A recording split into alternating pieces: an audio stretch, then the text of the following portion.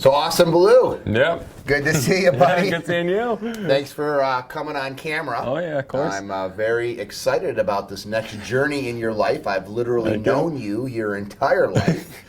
And so go ahead and explain what you're going to be doing on, well, today's Friday, Monday, so 3 more days. What do you got going on? Yeah, so this upcoming season, it's going to be a fly fishing internship. So I'm going to be a guide, Fly a fly fishing guide. internship. Yeah, Okay. yeah, exactly. It's ridiculous as it sounds. But this first season, I'll be really just learning water. I'll be getting to know like the business, being just a people person, talking to people, talking to clients, just trying to fit in with the industry. Yep. But the following season, I'll be going full time, be guiding 5 to 6 days a week, rowing boats, putting people on fish. That's right. So basically, you're pursuing your lifelong passion, which is fishing. Yeah, yeah. So tell me a little bit about your journey as a fisherman. Oh, gosh. Since I've known you your entire life, and basically every time I've seen you outside, you're always got a pole in your hand. Exactly. So growing up, going to the Hayward, Wisconsin area, which is where I'm going to be guiding, is we just grew up going there, I suppose, and my grandpa, he was really, really fond of the area. Everybody in the family is. My dad loves the snorkeling up there. We all love the fishing, beautiful area. And that's kind of what my fishing was limited to when I was real young. But as I got older, like that's 3 days a year, a week a year if we're lucky. So I started fishing the retention ponds in the area. By your home? By my house, yeah. Like walking distance, biking distance, couple miles, and just with friends, learning those fisheries. And we always thought that was really cool. So we're catching bass, we're fishing, and I guess that's kind of where it all started. Mm-hmm. I could definitely say my mom always make fun of us. I was like Huckleberry Finn, like walking on the street with our fishing poles. Just give me a perspective of what percentage of your free time in a typical year would you have spent fishing versus doing other things? Oh gosh, I could honestly say I fish 250 days a year. That would be pretty much an all-consuming hobby. Yes. But you want to now turn your hobby into a career. Yes, yeah, which I'm worried about, yeah. Okay, go ahead, tell me about it. Yeah, I'm worried about mixing that passion. Not having as much fun as when it's a business. Exactly, but as I've fished more and more over Pandemonium, I got to take Tom Smith out, which was incredible. Like, I loved it, and that was the first time I really, I guess, took someone out. He sent me a really nice letter afterwards. It was awesome. But you cut those koi, those really hard fighting koi. Yeah. So we went fly fishing for koi, which is all sight casting. It's very, very active fishing, and it was a hot day, so we were kind of limited in what we could do. But I remember I kind of set him up, showed him how to do it, and he walks on the bank and he hooks one. That was such a good feeling. He came over, he had that big goofy smile. He was just so excited. So that's a little bit of a good indicator that you've enjoyed taking your hobby into a business exactly. a little bit, because you could enjoy someone else having some good experiences. Exactly, which I can appreciate the same. Like when I fished with my friends, when we fished the Fox River for muskie, it's we're just as excited, if not more excited, when one of our other friends catches a fish. It's like it's this contagious, I don't know. It's a good feeling. It's a primal, just good whole. So you're 2 years out of high school, right? You just turned 20. Just turned 20. So tell me a little bit about the experience that you had as maybe one of the few guys from your graduating class that didn't go right into pursuing either a 4-year college or even a junior college right after you graduated, and some of this stigma that you felt from other people having not followed the traditional path. Yeah. So at Canelan, like relation to Wabanzi is Canelan University. That's what everyone calls it. Like that's where you go afterwards. It makes sense. Wabanzi Community College. Wabanzi Community College, yes. So it just makes sense to go to. Everybody goes to it, and regardless of how smart you are, most everyone goes there unless you have a really good scholarship. So not even going to Wabanzi, it's like, dude, what are you doing? Like it kind of gave that stigma of being lazy or burnout. I'm not lazy. I think I'm a good worker, and so I worked a warehouse job, and the first year was kind of. I wasn't really going at becoming a fly fishing guide hard. I was honestly just fishing a lot and working a part-time job, which was a lot of fun. And it put me around the right people, just learning the local industry, just the small group that is West Suburban Chicago fly fishermen. Just getting to meet those people. Yes, exactly, which was really cool. Kind of got my name, my friends' names out there in the fly fishing community because we were doing it so often, I was saying. And so that was the first year. Come second year, end of May, we went to our yearly fishing trip, Memorial Day weekend, where we go up to Hayward, Wisconsin. And my grandpa got sick. My Uncle Mark was busy, and I don't know, everybody was busy except my dad and I. So, okay, we'll go. We'll get a guide. And I contacted 5 different muskie fly fishing guides. And the first 4 didn't respond. The one that had an opening was Muskie Country Outfitters, which is the people that I'm going to be going up north to work with.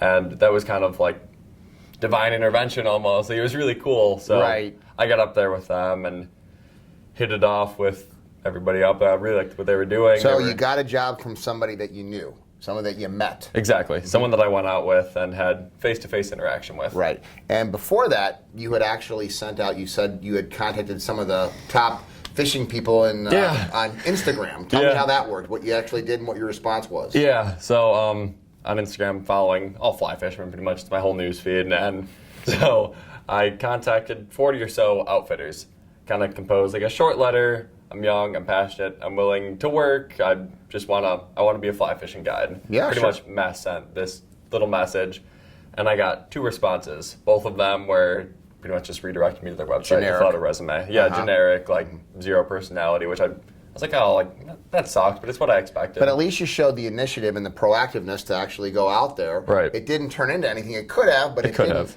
And what actually ended up landing you a job as a relationship that you developed a when you were a face-to-face client meeting. of a guide, and he obviously was impressed enough to offer you a job. Correct. Yeah. So one of the things that a lot of kids do, a lot of people do, is they pursue a career based off of their earning potential. Obviously, this is not going to be a monetarily get-rich job. No. So what wires you? Like, how do you think about that of pursuing a fishing career versus going to a 4-year college, earning a degree, and working behind a desk for something? Sure. So I have simple tastes. I don't like big fancy things like used cars. I like beat up clothes. I like fishing stuff pretty much. That's where I spend my money. So it wasn't so much a money thing. It's something that I could wake up and be happy doing. And it's not even, I may do it forever, I may not. Sure. But You don't have to have it figured out. You're 20 right now, but you're going to definitely. I'm going at it hard now. And what I like about it is that you're pursuing a non-traditional path. Yeah. And you actually said that you actually had to come up and formulate a plan to talk to people because the pressure was so great on you to pursue a traditional path. Yes. Why don't you go ahead and give me what was that actually that you came up with to answer people that were?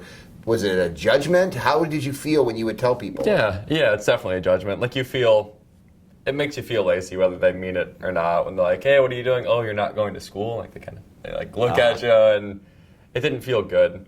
So I told them that I was taking time off, pretty much just to find out what I wanted to do. I didn't need to be spending $30,000 a year while I'm figuring out what I'm doing, changing my major, jumping around. And sure, I wasn't coming out on the end of it with a degree, but I was coming out of it mentally preparing myself. So it was smarter financially. My parents would have loved to pay for me to go to school. They were completely supportive of whatever I wanted to do, which I'm very, very thankful for. Most parents, I don't believe, would have given me the opportunity that they did. They gave me a lot of leniency. They understood, like, he fishes a lot. Like, let him go fishing. Yeah, he'll go to work after. Like, it's okay. And they were really supportive and open-minded at the decision, which was the greatest factor, hands down. So I was disappointed when you graduated. So I was judging as well a little bit because I thought, okay, here's this kid who spent his entire life being passionate about fishing. He's not necessarily a student, just like myself. Never really got into school. No. But then you graduated, and you were just kind of shipping boxes, working at a packaging job. But it just took you an extra year to kind of settle it in, and now you're pursuing it. So a year. So I have to say that I couldn't be more happy and proud that it took you an extra year than I thought. But you know what? You're still going down it, and the sky's the limit. So I guess the moral of the story, and when I'm interviewing a guy like Austin, is I just am so proud that he didn't relent to public pressure or peer pressure to actually follow the traditional path.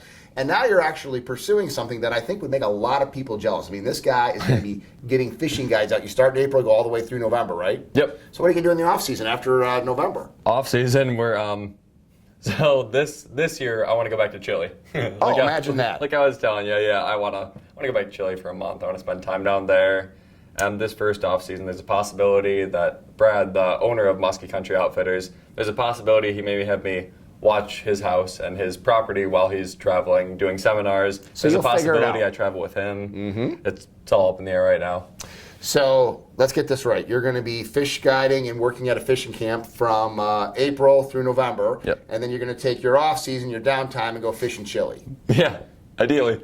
That's not a bad career choice at 20. That's how I look at it. Tell me your favorite fishing story. Oh gosh, favorite fishing story. Well, I you guess- caught a muskie, the fish of 10,000 casts before, right? Oh yeah, that's my passion. It's my favorite fish. So I guess my favorite fish story would be my first muskie that I caught on my fly rod out fishing with my buddy Luke downtown Batavia. And the Fox River has a population of muskie. It's a poor population, but they're in there. And it is possible. So it's all waiting. And we went out. One day we got out early. We got like a Chick-fil-A breakfast or something. It's free on Thursdays. So we're like, yeah, we'll go out early and get free breakfast. And we got there and we're at the Batavia Dam. And when the water levels are running just below 1,000 cubic feet per second over the Montgomery Dam, that means the Batavia Dam is pretty much dry. You can walk across it. And this just cleared up. This was June, early June. So the spring rains are gone. It was all dry. And I walk out on it and working my way over to a current seam. And I'm casting my fly at like a 45-degree angle down across this current seam, letting it swing through and working it back, almost methodically. Like I was like, this is gonna work. This is gonna work. And I remember stripping this big streamer through, like a big musky fly. I was working it through, and I look up, and I see a guy lifting a catfish from this big wall right by the dam, and he was just catfish fishing, filling a stringer. I'm like, oh, cool, and stripping. And I look down, and I see this muskie come out of the current seam, just mouth open, just inhale this fly, and it like, my heart dropped, and I just stopped, sat, and I'm like, that actually happened. I've been fishing 5 days a week since December, waiting to get this first encounter with a muskie on my fly rod. And hooked it, didn't really believe it, waited 10 seconds, and I'm like, yeah, I actually hooked, and I started screaming, fish, fish, fish, like, Luke, hurry, and he sprints down the dam face, he's falling in the water and stuff, and he gets over there, short fight, we land it. That was hands down the coolest fishing experience, and that's why I want to fly fish for muskie. I want to show people how exciting that can be. I mean, it's just a fish. It sounds stupid, but it's... Well, it's not stupid because I'm not a fisherman. I would rather be swimming and catching turtles with a net or fish with a net. Yeah. But I can certainly respect your passion, and I think that the choices that you're making at 20 show wisdom beyond your age. I appreciate that. Regardless of whether that becomes a full-time career or a one-year stopping thing, it's going to be something pretty cool that I think a lot of people would be jealous of to have those kinds of experiences. So good for you. Thank you. Pursuing your passion and dreams, not following the traditional route. And success is possible. It comes in all different shapes and packages, even used clothes and hats.